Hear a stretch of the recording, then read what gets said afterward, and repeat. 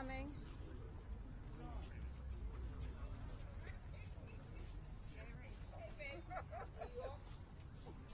Hi there. Good to see you. Hey, Kai.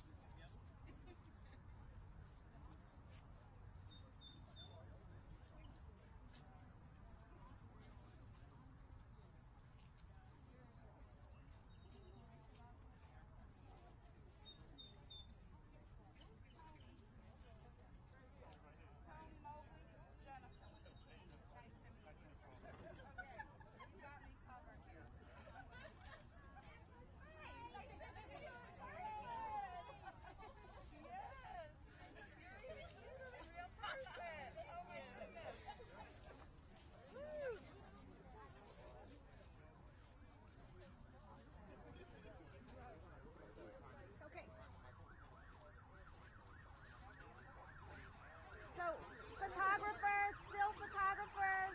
What do you want to say? Wherever you can get a shot, which looks like in the water. At this point. Okay, you got Rev? Yeah. So if you could just find the best possible. Thank you.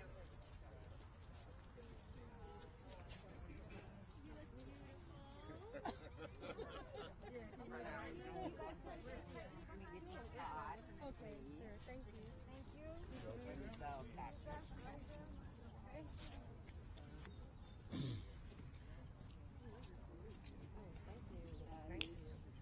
As we prepare to fight to maintain voting rights protection, Martin Luther King III and Arndrea King, heading the Drum Major Institute, the only organization founded by Martin's father, Dr. Martin Luther King Jr., and I and National Action Network wanted to spend a day here as we build up toward the National March on August 28th to talk to members of the Senate and Congress about the need to deal with the existential threat to voting, that we are in a real threat to the democracy of this country, and we wanted to make a direct appeal. We've met already this morning with Senator Manchin, Senator Lindsey Graham, as well as Congressman Clyburn. We're going to meet with Speaker Pelosi and others this afternoon. But Arndrea King said we could not come to Washington without showing support and solidarity with people on the front lines that have brought this issue that Dr. King stood for to national attention, and that's the Democrats in the Texas legislature. And when I called Representative Reynolds and told him we wanted to visit them, and Andrea's idea, we wanted to visit them in the shadows of Dr. King's monument. In 2011, this country erected a monument to Martin Luther King, the only monument or memorial on the Potomac River that did not come here because he was elected to office or that he held a government position. He's here because he fought for voting rights. Yeah. He's here because he fought for civil rights. Yeah. Dr. King is here representing the freedom fighters of this country. And these are freedom fighters in the Texas legislature. And we would hope that by his namesake and son and daughter-in-law coming, and those of us that come out of his tradition coming, will give them a little more inspiration as they have sacrificed to be here for us. This is not convenient to leave home. This is not a pleasure trip. God bless you. This is going to the cleaners every day. Yes, sir. This is all missing your family. Yeah. But by them standing up, it reminds us, as in the days of Dr. King, when students went to jail, Yes. and when people like Fannie Lou Hamer went to jail, and even whites and blacks, Goodman, Cheney, Swerner examples, went to their graves to give us the right to vote. These legislators are in that tradition. And the disgrace that Texas and Georgia and Florida and other states are doing must be resisted. Yeah. And we wanted, as we have our meetings on the Hill, to come down in the shadows of Dr. King and let them know that they're in a great tradition and we need them to stand tall. We're going to have Representative Reynolds speak on behalf of them, and then we want to hear from Martin Luther King III and the one who conceived us being here, Arndrea King. She didn't know she was speaking, but she is. Amen. Thank you. Thank you, Reverend Sharpton. Okay. Thank you, Reverend Sharpton. It is my pleasure to be here as the Vice Chair of the Texas Legislative Black Caucus with my colleagues, who really are the embodiment of the words of your father when he said that the ultimate measure of a man is not where he stands during moments of comfort and convenience, but during times of challenge and controversy. And I'll submit to you that in this Republican legislature led by Governor Abbott, we're in some great times of controversy and challenge. They're really living out former President Donald Trump's big lie of voter fraud, when we all know that the facts prove that he lost legitimately based on a record turnout in the United States of America. And here we are in 2021, unfortunately, relitigating the fights that our ancestors, whose shoulders we stand on, fought to overcome. And thankfully, because of Reverend Sharpton and Dr. King and many others whose names we'll never know, and Reverend Sharpton mentioned Fannie Lou Hamer and many others, John Lewis, who made good and necessary trouble. They made tremendous sacrifices so that we could get the Voting Rights Act of 1965, so that we could end Jim Crow laws that had a disparate impact that kept people who look like us from voting. And so we're here today to stand, to fight, to speak truth to power, and to stand in solidarity with our civil rights leaders and others across this country, demanding that Congress take immediate action. As Dr. King said, this is the fierce urgency of now. We need federal legislation. We need H.R. 1, the For the People Act, passed. We need H.R. 4, the John Lewis Voting Rights Advancement Act, passed. We need that because in the state of Texas and countries and states all over this country, led by Republican governors, they are trying to pass laws that they know will disenfranchise Black and brown communities. Make no mistake about it. They know what they're doing. They're not being statesmen. They're not being patriotic. They're doing everything that they can not to win elections by great ideas, by reaching out to say this is what the Republican Party stands for, but by suppressing folks' ability to vote. And we know that too many people, Martin, they died. They died, for that precious right that we have. So we're here, we broke quorum so that we can bring our message to D.C. And we thank you, Reverend Sharpton and Mr. and Mrs. King, for allowing us to elevate our message, because we are going to continue to fight. We're going to continue to do everything we can because democracy is at stake. And as I close, we know, and I'm reminded of another quote from your father, that he said that freedom is never voluntary given by the oppressor. It must be demanded by the oppressed.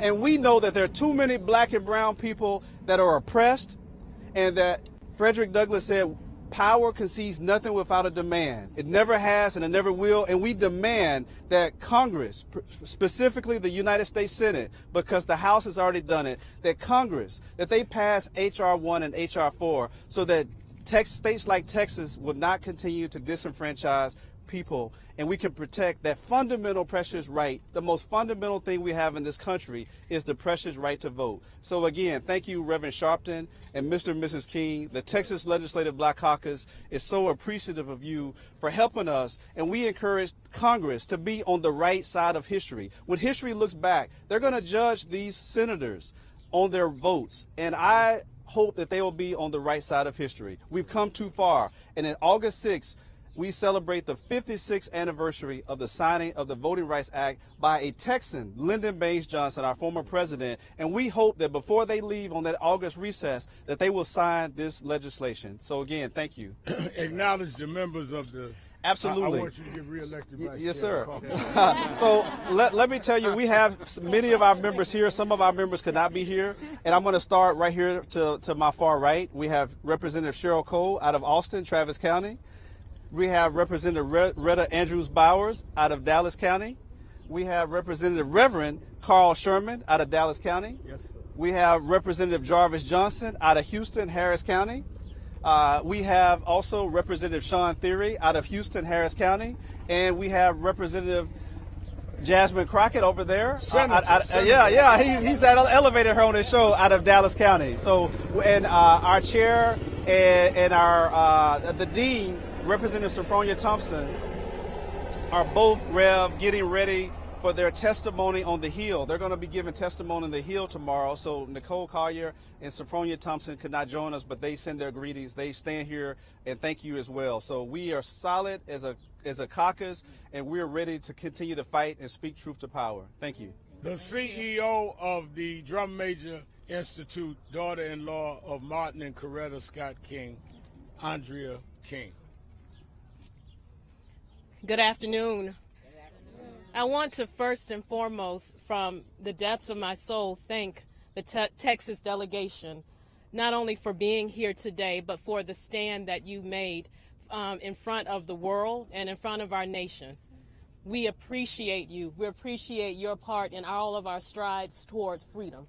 And we want you to know that you all are the answers to our ancestors' prayers. And also, if you are within the sound of my voice, you are the answer to your ancestors' prayers. And you all should know that the torch has now been passed to a new generation. And it really is up to us. It's our time to continue to feed the flames of peace, justice, and equity in our nation, in our world, and to stand for laws that lift us all up and not limit us up. And that is why we're here today. That's why we're all coming together on August 28th, on the anniversary of the I Have a Dream. We're going to be in 5 cities to stand for peace, justice, and equity, and continue to march on for voting rights, to continue the march on towards freedom, and to continue the march on towards justice. And I hope that all of you all will join us. Thank you. The chair of Drum Major Institute and the namesake and eldest child and legacy bearer of Dr. Martin Luther King III. Thank you, Reverend Sharpton, and to Representative Reynolds and each and every member of the Texas delegation. It is a very difficult and interesting time in our nation's history as we stand here in front of the Martin Luther King Jr. Memorial. For not in recent history has a legislative body had to leave their state because injustice was taking place for the citizens of the state. I go all over the country and around the world, and whenever I go to other countries, people talk about the democracy in America, and many in America talk about democracy. But it's very sad that we go around the world talking about democracy around the globe, but suppressing democracy at home. So something is wrong within our nation at this moment. Right. But it is not something that we cannot fix. Well, my dad and mom understood that it took only a few good women and men to bring about change and justice. They and many others gave their lives so that we would not have to be here today talking about expanding voting rights. It's certainly some, and any of us could be very frustrated. But as John Lewis showed us, we can't give out, we can't give in. We're going to keep moving forward because we know we are a better nation than the behavior that we see exhibited right now. Yes. And so we today, as Rev said, we went to the United States Congress and visited with Senators Manchin and Senator Graham, and later we'll visit with Senator Schumer, and we visited with Congresspersons. We visited with Clyburn, but we're also going to visit three more Congresspersons this afternoon as well. So we're not going to stop. We're making a moral appeal about this issue of voting. And while there are a lot of issues that exist within our nation, voting is fundamental to it all. It all starts, Dad used to say, a voteless people is a powerless people. And one of the most important steps that we can take is that short step to the ballot box. But you can't take the step if people make it very difficult to get to. In my own state of Georgia, in Arizona, and over 20 more states around this country. And as Representative Reynolds stated, that's why we need federal legislation. We don't need it tomorrow. We don't need it next week. We need it right now. And so we know that when women and men come together, and that's why we're coming together in Atlanta and Miami and Phoenix and Houston and Washington, D.C. on August 28th to say and demand that voting rights are expanded for all people of our nation. That will make us a nation that we ought to be. Some people talk about great again. Most of us don't know when that ever existed. We've seen spurts of greatness, but I have no idea what great again means. But what Martin Luther King talked about was creating the nation that we ought to be for all people. And that's why we are here today. Thank you. We'll take one or two questions, and then we're going to have the legislators join Martin and Arndrea and I in front of the statue to have a silent moment of prayer with our arms locked. To pray for them to have strength through the rest of their ordeal here. Yes, ma'am. Afro-American newspaper. You said you met with Senator Manchin today. What was that reception like? We had a very candid conversation. He expressed to us his problems with H.R. 1. He also expressed to us that our calling for him to support the filibuster, he was not prepared to do that. He did not rule out a carve around. He says he's meeting with other Republicans and that he is in support of the John Lewis voting rights bill. Representative Reynolds, two questions for you, if possible. We have about a week and a half until Congress recesses and about the same amount of time until the Texas special session is over. What can realistically be done in that amount of time? Well, I think that we are doing everything we can to appeal to the United States Senate. As Reverend Sharpton mentioned, we're working. We had a meeting with Senator Manchin last week.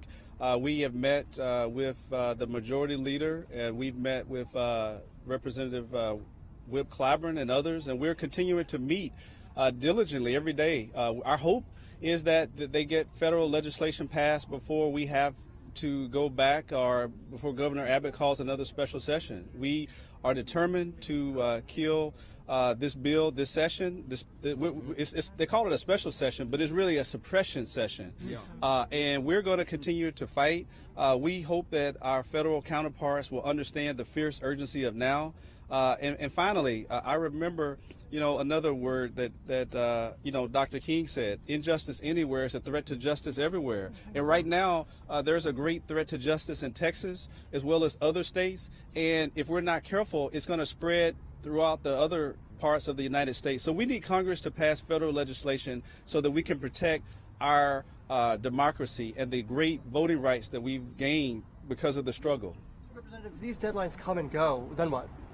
Well, we're prepared to fight. We'll reassess that when that time comes. But right now, we're determined. We're laser focused right now with in mind that the August recess is around the 6th or the 7th. And we believe, Reverend Sharpton, that, Congress shouldn't recess until they pass this legislation. We hope that they'll consider extending it. I mean, we're here and we're making sacrifices, but it pales with the sacrifices that were made by our forefathers whose shoulders we stand on. But there are millions and millions of Americans that are depending on us and are depending on the United States Senate to pass this federal legislation. Let's not forget that the reason that we went and got the Voting Rights Act in the first place is to get past this states' rights way of doing elections. So that is why federal legislation is needed. That is why we need to be able to continue even in August with the 28th March to put pressure for federal legislation. If we had to go state by state in the 60s, the generation before us, if they had to go state by state, we would have never had voting rights. It must be federal. Yeah. Can I ask you, there does not seem to be a breakthrough with Manchin or generally on this voting rights, these two bills. Where do you go to Texas? Are you willing to put pressure on Governor Abbott? I think that the breakthrough, I told a story to the senator this morning. Martin Luther King Jr. came for the signing of the Civil Rights Act in '64. President Lyndon Johnson of Texas signed it. When he was leaving, Martin Luther King said to him, Andrew Young, his aide, told this story, that Dr. King said, Mr. President, now we need the Voting Rights Act. We not only need public accommodations, we need to vote. President Johnson said, I use all the political muscle I have, Martin, to get this bill through. I don't have the power to get you the Voting Rights Act. Dr. King left. Andrew Young said as they were leaving the White House, he said, Dr. King, did you hear what the president said? He said he doesn't have the power to get it. Dr. King said, yeah, I heard him. He said, well, what are we going to do now? He said, we're going back south and get him some power. On right. August 28th and other dates, we're going to get this Senate some power to pass that. We never had a bill passed that the odds was on our side. Yeah. We're going to pass this bill. That's right. Thank you very much. Some more issues. Statehood is here. DC statehood is here. Somebody state. The local National Action Network chapters here. Since 1801, the DC residents have been fighting for DC statehood. We have no representation in the House, no representation in the Senate, yet we pay the highest federal taxes per person in the country. Taxation without representation is a ripoff. It's tyranny. It's criminal. I just want you to know that the National Congress of Black Women, and also I'm a member of the National Action Network, the women are here. It may not look like it today, earlier, but the women are here, and we are the leaders of all these movements all around the world. Thank you. Have a blessed day. And the thing I want to say, I'm Mama Sandy, DC Poet Ambassador.